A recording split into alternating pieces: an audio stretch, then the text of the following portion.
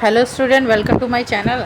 आज हम इस वीडियो में क्लास 6 की इंग्लिश की बुक हनी सर्कल का चैप्टर 7 स्टार्ट करेंगे, जिस चैप्टर का नाम है फेयर प्ले, मतलब सही रोल।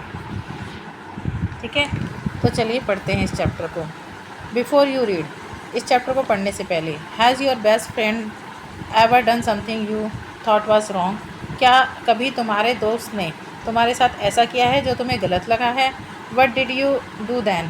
फिर तुमने क्या किया? डिड यू कीप क्वाइट और did you tell your friend what was thought? क्या तुम चुप रहे या फिर तुमने अपने फ्रेंड को बताया कि तुम इसके बारे में क्या सोचते हो? Read this story about two friends who had to decide what was more important, friendship and एनिमिटी।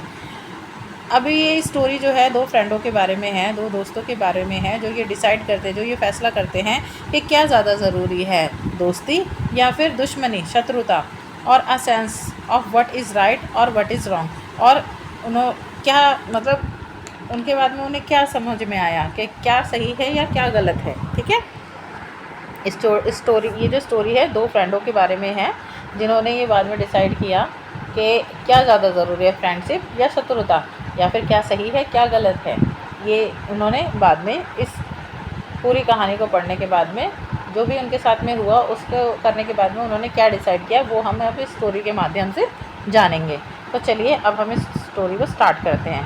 Fair play मतलब होता है कि सही रोल, स्पष्ट रोल। ठीक है,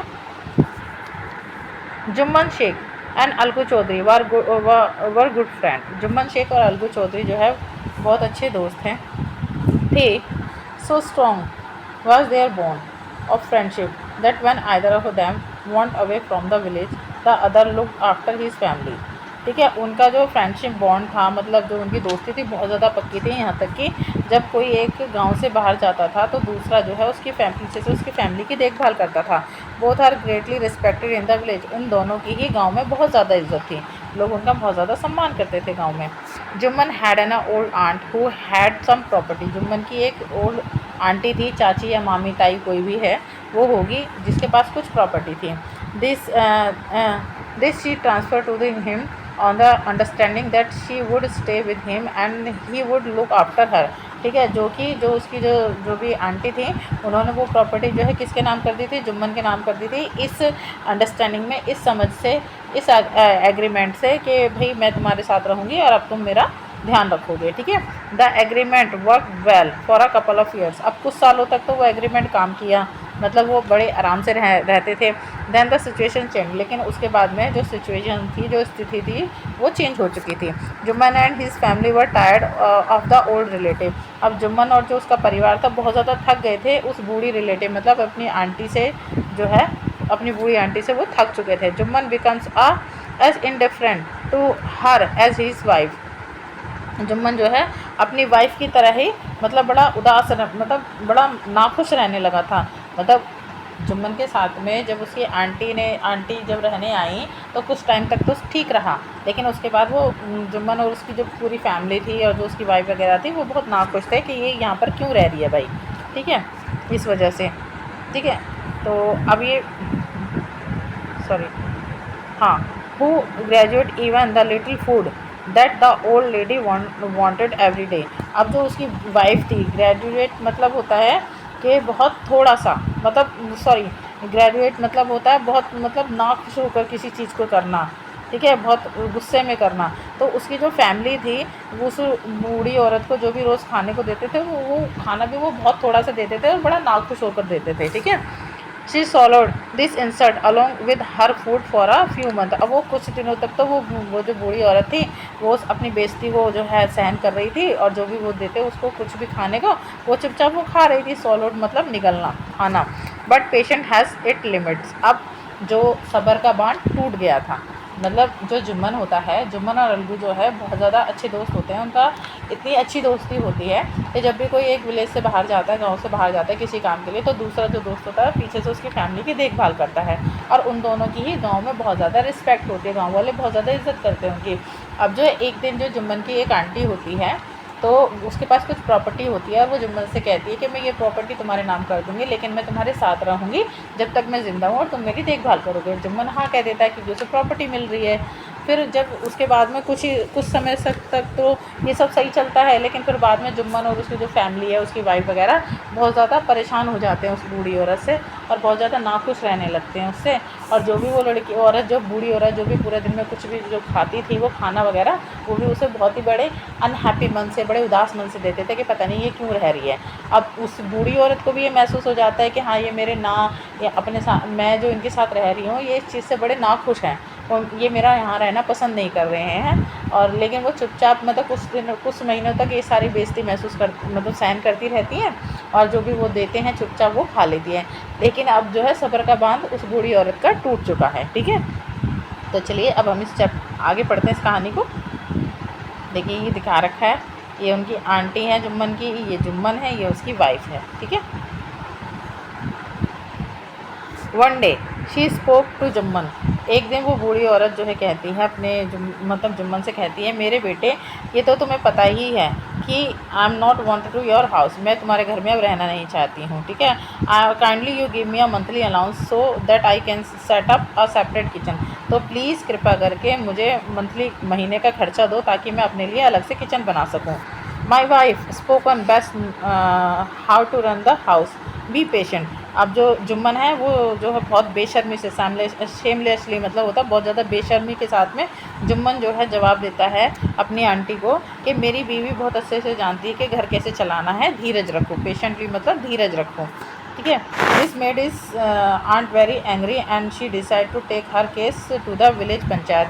अब ये जो जुम्मन जो इसको अपनी बूढ़ी आंटी को ये जो जवाब देता है ना, इसकी वजह से उसकी आंटी को और ज़्यादा गुस्सा आ जाता है और वो कहती है ठीक है, अब मैं अपने इस बात को ना, अपने इस केस को जो है गांव की जो पंचायत है उसके पास लेकर जाऊंगी। ठीक है, For many days, the old lady was seen talking to villager, explain her case and speaking their support। ठीक है, कुछ दिनों के लिए तो जो बूढ़ी औरत होती है वो गांव वालों को अपने बारे में बताती है, अपनी सिचुएशन के बारे में समझाती है और कहती है कि प्लीज़ मेरी मदद करो, मुझे सपोर्ट करो, मुझे सहारा दो।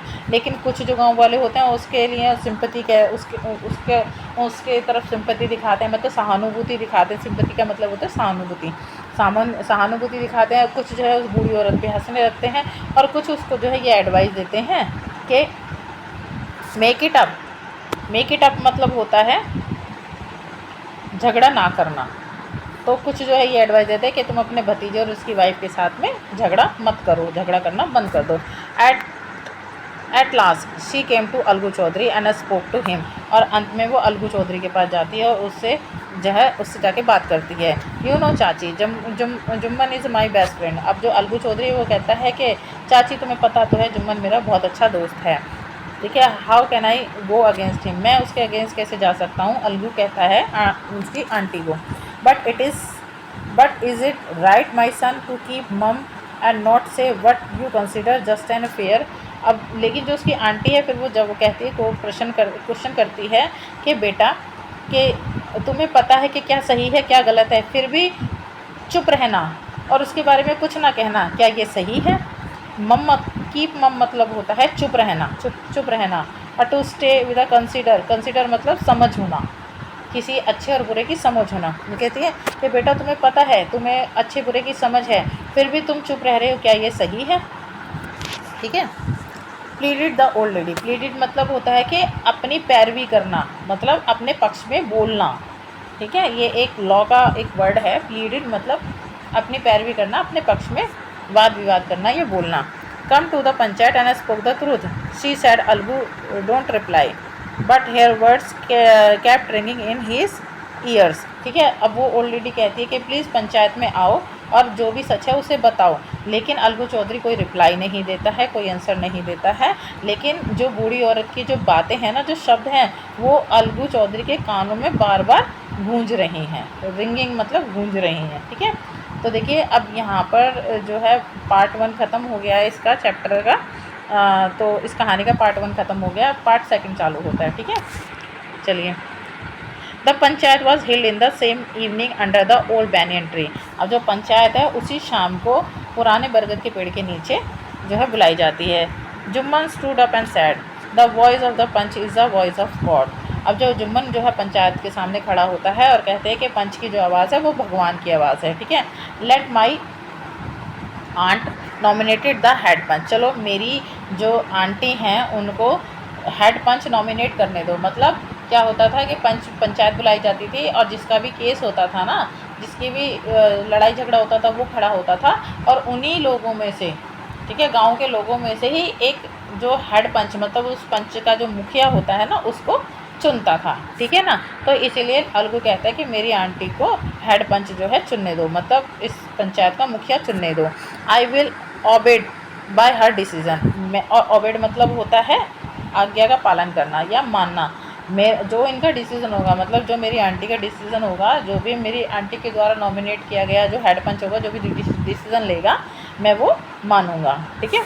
The panch known neither friend और नॉर एनिमी। पंच जो है, पंच को ऐसे जाना जाता है कि ना तो वो किसी के जो है शत्रु होते, जब वो पंच बन जाते हैं तो ना तो वो शत्रु होते हैं किसी के, ना वो मित्र होते हैं, दोस्त होते हैं। What do you say to Algu Chaudhary, the old lady announce. Old lady कहती है कि इस बारे में तुम्हारा क्या कहना है अलगू चौधरी, के जो पंच होते हैं वो ना तो किसी के दोस्त होते हैं और ना ही किसी के दुश्मन होते हैं। Fine replied Jumman hiding his joy over his unexpected piece of luck. मतलब जो जुम्मन जो ये सुनता है ना कि जो उसकी जो चाची है उसने किसको नॉमिनेट किया हेड पंच की तरह, उसने उसके दोस्त जो कि कौन है अलगू चौधरी है उसको नॉमिनेट किया है एज ए हेड पंच। तो वो बड़ा खुश हो जाता है, कहता है वो ये सोचता है कि मेरी किस्मत कितनी अच्छी है, और वो अपनी खुशी को छुपाते हुए वो कहता है कि ठीक है, मतलब आंटी को कहता है ठीक है आपने इसको हेड पंच चुना है, ठीक है मैं मंजूर करता हूँ, ठीक है ना।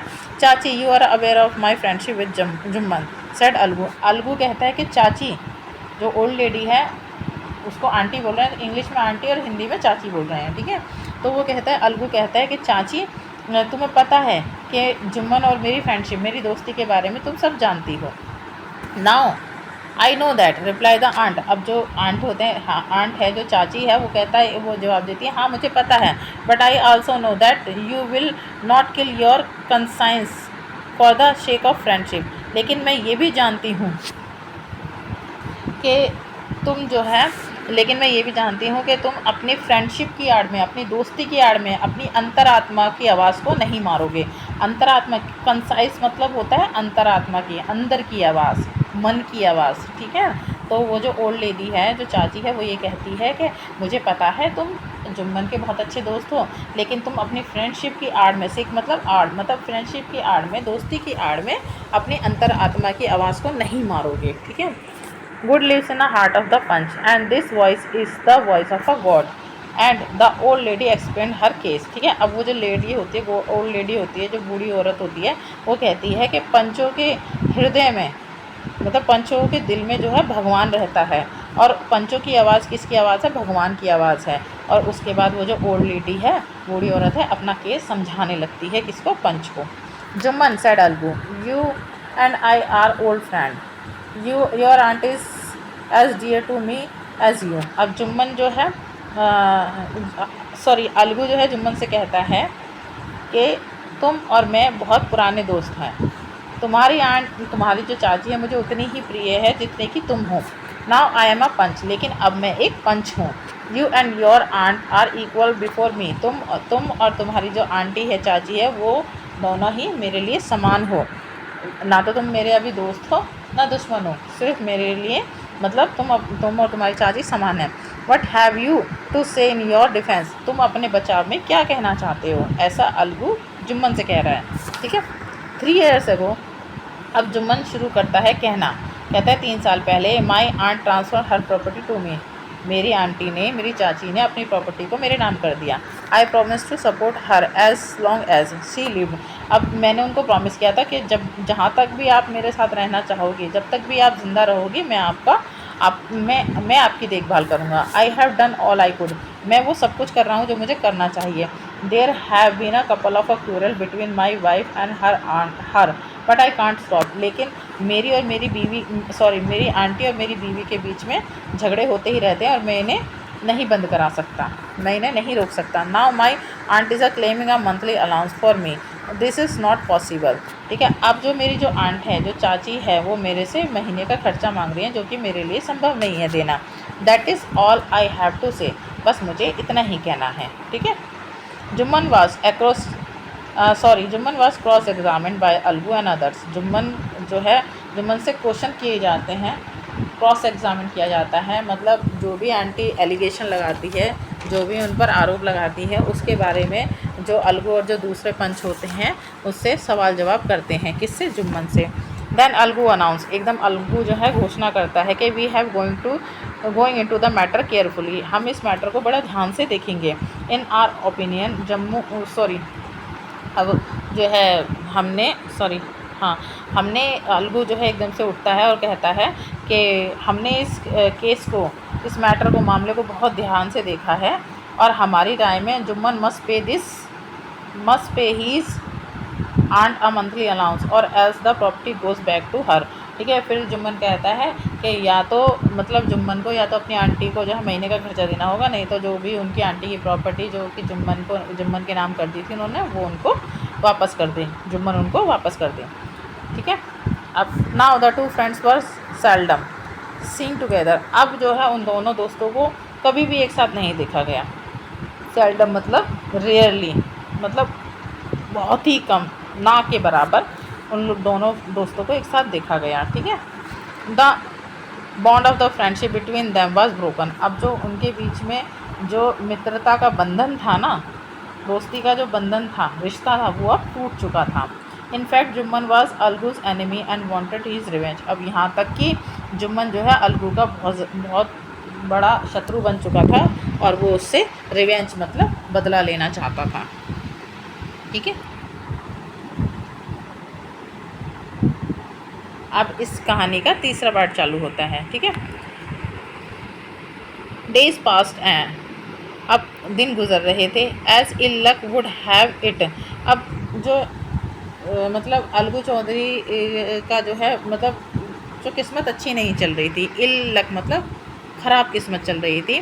ठीक है, Algu Chaudhary found himself in a tight spot, अब जो अलगू चौधरी ने अपने आप को बहुत एक बुरी मुसीबत में पाया, बहुत ख़राब सिचुएशन में पाया। ठीक है, टाइट स्पॉट मतलब होता है डिफ़िकल्ट सिचुएशन, बुरी सिचुएशन में पाया। ठीक है, one of his fine pair of a bull that and he sold the other to the Samjhu Sahu. ठीक है, तो जो जुम्मन चौधरी के अलगू चौधरी का जो किस्मत बहुत ख़राब चल रही थी, उसकी जो सिचुएशन थी बहुत ज़्यादा ख़राब थी। उसका जो बहुत अच्छा बैल था, जो हट्टा कट्टा बैल था, बैल का जोड़ा था, पेयर ऑफ बैल, बुल्क मतलब जो होता है बैलों का जो जोड़ा था वो मर चुका था। ठीक है ना, और जो उसका जो दूसरा बैल का जोड़ा था उसने वो समझू साहू को बेच दिया था। A car driver of the village, जो समझू साहू जो था उस गांव में जो है बैलगाड़ी चलाता था, उसको उसने दूसरा जो है बुल्क का जो जोड़ा था वो बेच दिया। The understanding was that Sahu would pay the price of the bullock in a month's time, अब जो है इस समझौते पे कि जो समझू साहू है वो अलगू चौधरी को उस जो भी अब जो समझू साहू है और जो अलगू चौधरी उनके बीच में समझौता होता है कि जो अलगू चौधरी जो भी बैल का जो जोड़ा उसको समझू साहू को जो बेच रहा है वो उसका पैसा जो है महीने में सही समय पर चुका देगा। It is so happen that the bulk dead with in a 1 month, अब क्या होता है कि जो अलगू चौधरी ने जो अपना बैल का जोड़ा समझू साहू को बेचा होता है वो 1 महीने के अंदर अंदर वो जोड़ा भी मर जाता है बैलों का। ठीक है, अब several months after the bulks that Algu reminded Sahu of the money he had not yet paid, अब कुछ जब वो मतलब जो बैल का जो जोड़ा है जब मर जाता है तो उसके कुछ महीने बाद अलगू जो है साहू को ये याद दिलाता है कि भाई तुमने मुझे उस बैल का पैसा नहीं दिया है, याद दिलाता, रिमाइंडेड मतलब याद दिलाना। Sahu got angry annoyed, Sahu जो है गुस्से में बहुत ज़्यादा जो है साहू जो है बहुत ज़्यादा गुस्सा हो जाता है और बहुत बहुत ज़्यादा मतलब चिड़चिड़ा हो जाता है। अनॉयड मतलब चिड़चिड़ा हो जाना। ठीक है, I can't pay you a penny for the wretched beast you sold me, मैं तुम्हें एक भी पैसा पे नहीं करूँगा, किसके लिए? उस बीमार मतलब बीमार जानवर को तुमने मुझे बेचा, इसलिए मैं उसके लिए तुम्हें एक भी पैसा पे नहीं करूँगा। He bought us nothing but room, वो कुछ नहीं था, उससे मुझे कुछ नहीं मिला बल्कि उल्टा मेरा और ज़्यादा खर्चा हुआ। आई हैव अ बुल्क, मेरे पास एक बुल्क है, एक बैल है, तुम उसे 1 महीने के लिए यूज़ करो उससे काम लो और फिर उसे मुझे वापस कर दो, ठीक है। क्योंकि मैंने जो तुमसे बैल ख़रीदा वो भी 1 महीने में ही मर गया था, तो इसलिए मेरे पास एक जो है बुल्क है, बैल है, आप उसे ले जाओ और उसे यूज़ करो, उससे काम लो और फिर मुझे वापस कर देना। No money for the dead bull, he said angrily. मतलब वो गुस्से में कहता है कि मरे हुए बैल का मैं तुम्हें कोई पैसा नहीं चुकाऊंगा। Algu decide to refer the case to the panchayat. Algu फैसला करता है कि वो इस केस को पंचायत में लेके जाएगा। For a second time in a few month preparation for holding the panchayat were made and both the parties starting meeting people seeking their support।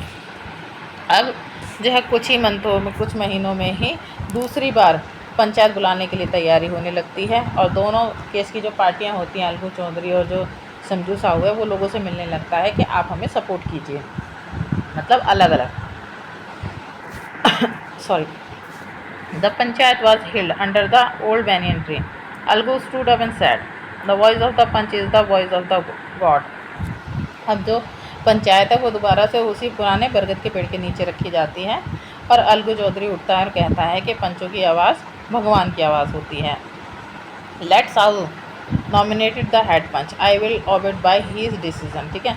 अब जो अलगू चौधरी कहता है कि मतलब जो साहू है, समझू साहू है, उसको जो है पंचायत का हेड पंच नॉमिनेट करने दो, चुनने दो, और जो भी वो हेड पंच जो है जो पंचायत का जो मुखिया है, जो भी वो साहू नॉमिनेट करेगा, चुनेगा, वो जो भी डिसीज़न लेगा मैं उस डिसीज़न को मानूंगा, ठीक है।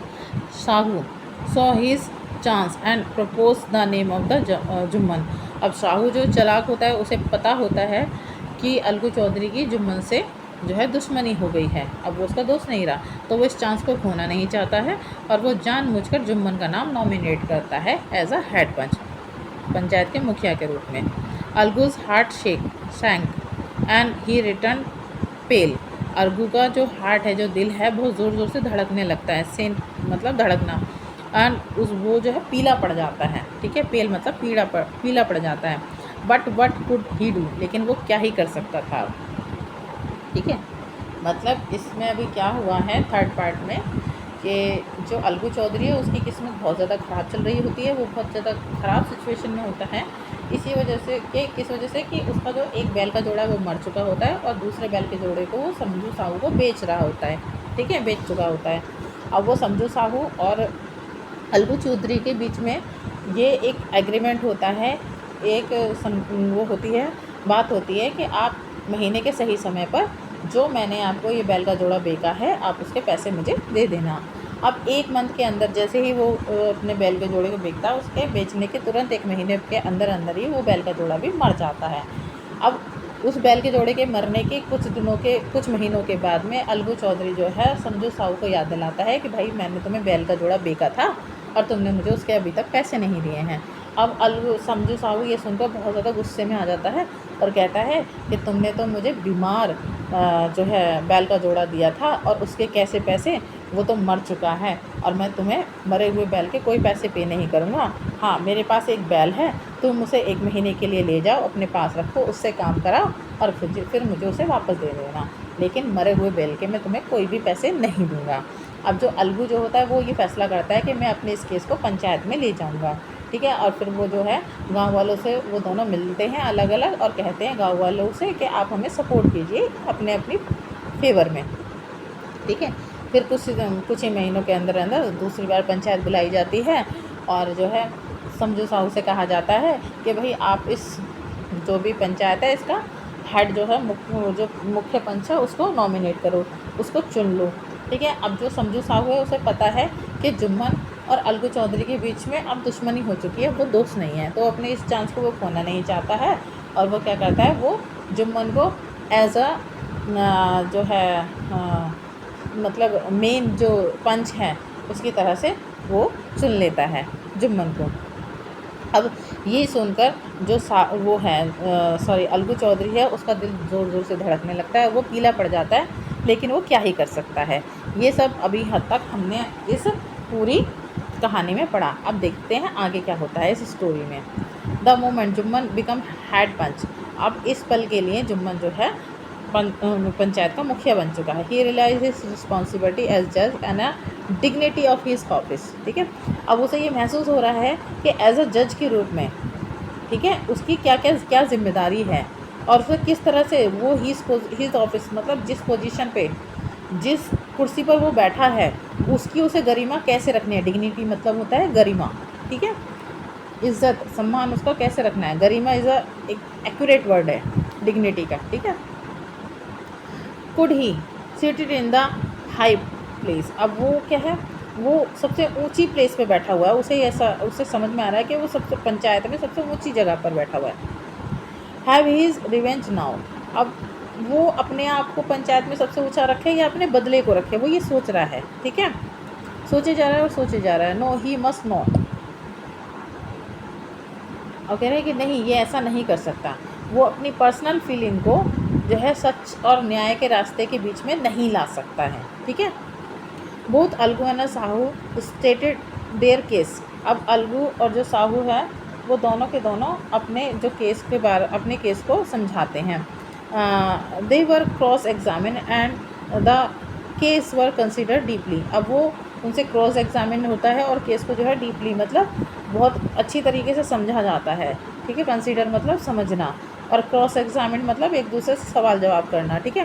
Then Jumman stood up and announce, Jumman एकदम खड़ा होता है और अनाउंस करता है, घोषणा करता है कि it is our opinion that Sahu should pay Algu the prize of a bull, ये कहता है, जुम्मन कहता है कि मेरी राय ये है, हमारी राय ये है कि साहू को जो है अलगू को जो बैल है उसकी कीमत चुकानी चाहिए। When Sahu bought the bull it suffered from no disability और डिसीज, जब साहू ने अलगू से बैल खरीदे थे तब वो जो बैल थे वो किसी भी डिसेबिलिटी मतलब अयोग्यता और किसी भी बीमारी से नहीं गुजर रहे थे, उन्हें कोई भी ना तो बीमारी थी उस समय, ना कि कोई डिसेबिलिटी थी, अयोग्यता थी। The death of the bulk was unfortunate, और जो उन बैलों की जो डेथ हुई, मृत्यु हुई, वो बदकिस्मती से हो गई, ठीक है। But Algu can't be blame for it, लेकिन अलगू को इसके लिए दोषी नहीं ठहराया जा सकता। Algu could not contain his feeling, Algu जो है अपनी फीलिंग को जो है अंदर नहीं रख पाया, अपने मन में नहीं रख पाया, ठीक है ना, संभाल नहीं पाया अपनी फीलिंग्स को, अपनी भावनाओं को। He stood up and said loudly over and over again, वो खड़ा हुआ और ज़ोर से बार बार बोलने लगा कि पंचायत की विजय हुई, विक्ट्री मतलब विजय हुई। दिस इज़ जस्टिस, ये न्याय है। God lives in the voice of the panch, मतलब पंचों की आवाज़ में भगवान का वास होता है, ठीक है। सून आफ्टर, जल्द ही Jumman come to Algu embraced him and said, जल्द ही जुम्मन जो है अलगू के पास आता है और उसे गले लगा लेता है और कहता है, सिंस द लास्ट पंचायत, हम पिछली पंचायत में, I had become your enemy, मैं तुम्हारा शत्रु बन चुका था। Today I realize what I mean to be a panch, आज मुझे समझ में आया कि पंच बनने का क्या मतलब होता है। A panch has no friend no enemy, पंच जो है ना तो किसी का शत्रु होता है ना ही किसी का दोस्त होता है। ही नोज ओनली जस्टिस, वो सिर्फ न्याय करना जानता है। Let no one divided from the path of justice and truth for relationship और एनिमी, ठीक है। कोई भी चीज़ डिवेटेड मतलब होता है कोई भी चीज़ जो है, चाहे वो दोस्ती हो या वो शत्रुता हो, वो न्याय के रास्ते में, न्याय और सच के रास्ते में नहीं आ सकती है, ठीक है, उसे नहीं लाना चाहिए। डिवेटेड होता है कि किसी भी चीज़ को छोड़ देना, किसी भी चीज़ को बीच में न लाना, ठीक है ना। तो वो कहता है कि मतलब इसमें अभी क्या हुआ पूरा मैं आपको दोबारा समझाती हूँ, ठीक है। अब जैसे ही जो जुम्मन है जब वो बन जाता है पंच बन जाता है, तो अलगू और जो साहू होता है वो अपने अपने केस के बारे में बताते हैं, और जो जुम्मन है उनको बहुत क्लोजली उस मैटर को देखता है और क्रॉस एग्जामिन क्वेश्चन पूछता है उनसे। जुम्मन एकदम से सारे मैटर को समझता है ध्यान से और एकदम से खड़ा हो जाता है और अनाउंस करता है कि साहू को जो भी जुम्मन ने बैल बेचे उसके लिए साहू को उसे पैसा पे करना होगा, क्योंकि जब अलगू से साहू ने बैल खरीदे थे तब वो बैल ना तो किसी भी तरह से बीमारी से गुजर रहे थे, ना ही उनमें कोई कमी थी। तो इसलिए जो उनकी जो मौत हुई बैलू की वो बदकिस्मती से हुई, ना कि जुम्मन की वजह से, अलगू की वजह से। और अलगू को इसके लिए दोषी नहीं माना जा सकता और इसीलिए साहू जो है उसे बैल के पैसे पे करेगा। अब ये सुन के जो अलगू है वो अपनी फीलिंग्स को कंट्रोल नहीं कर पाता है, संभाल नहीं पाता है और जुम्मन के पास जाता है और जुम्मन उसे गले लगा लेता है और कहता है कि मुझे अब पता चला कि पंच होने का क्या मतलब होता है। जब आप पंच होते हो तो ना तो आप किसी के दोस्त होते हो, ना ही किसी के दुश्मन होते हो, केवल आप सिर्फ न्याय के बारे में सोचते हो, ठीक है। और किसी को भी न्याय और सत्य के रास्ते में किसी भी चीज़ को नहीं लाना चाहिए, चाहे वो दोस्ती हो या फिर दुश्मनी हो। और पंच की आवाज़ जो होती है वो भगवान की आवाज़ होती है, ठीक है। ये अभी तक हमने इस चैप्टर में पढ़ा, ठीक है। Algu embrace his friend and wept. अब अलगू जो है अपने दोस्त को गले से लगा लेता है और रोने लगता है। And his tears wash away all the dirt of misunderstanding between them. और उनके जो आंसू होते हैं ना, उसके जो आंसू होते हैं, उनके बीच में जो भी गलत फहमी की धूल जो बसी हुई थी ना, जमी हुई थी, उनके आंसू उस सारी धूल को धो देते हैं। तो ये जो कहानी है ये किन्होंने लिखी है? फेमस राइटर प्रेमचंद ने लिखी है। He is a very famous writer और ये मुझे पर्सनली बहुत पसंद है ये राइटर प्रेमचंद, क्योंकि उन्होंने बहुत अच्छी अच्छी कहानियाँ लिखी हैं, जैसे गोदान हो गया, ठीक है। इस तरह की बहुत सुंदर सुंदर उपन्यास लिखे हैं और कहानियाँ लिखी हैं, ठीक है। तो चलिए देखिए स्टूडेंट, ये चैप्टर अब कंप्लीट हो चुका है, ठीक है। अब हम जो है नेक्स्ट चैप्टर में नेक्स्ट वीडियो में नेक्स्ट चैप्टर के साथ आपसे मिलते हैं। तो प्लीज़ अगर आपको मेरा पढ़ाना अच्छा लगा हो, मेरा वीडियो अच्छा लगा हो, तो प्लीज़ मेरे चैनल को सब्सक्राइब कीजिएगा, मेरे वीडियो को लाइक कीजिएगा, शेयर कीजिएगा, कमेंट करके बताइएगा कि आपको मेरा वीडियो कैसा लगा। Please keep support me. Okay, मिलते हैं नेक्स्ट वीडियो में नेक्स्ट चैप्टर के साथ। तब तक के लिए थैंक यू एंड बाय।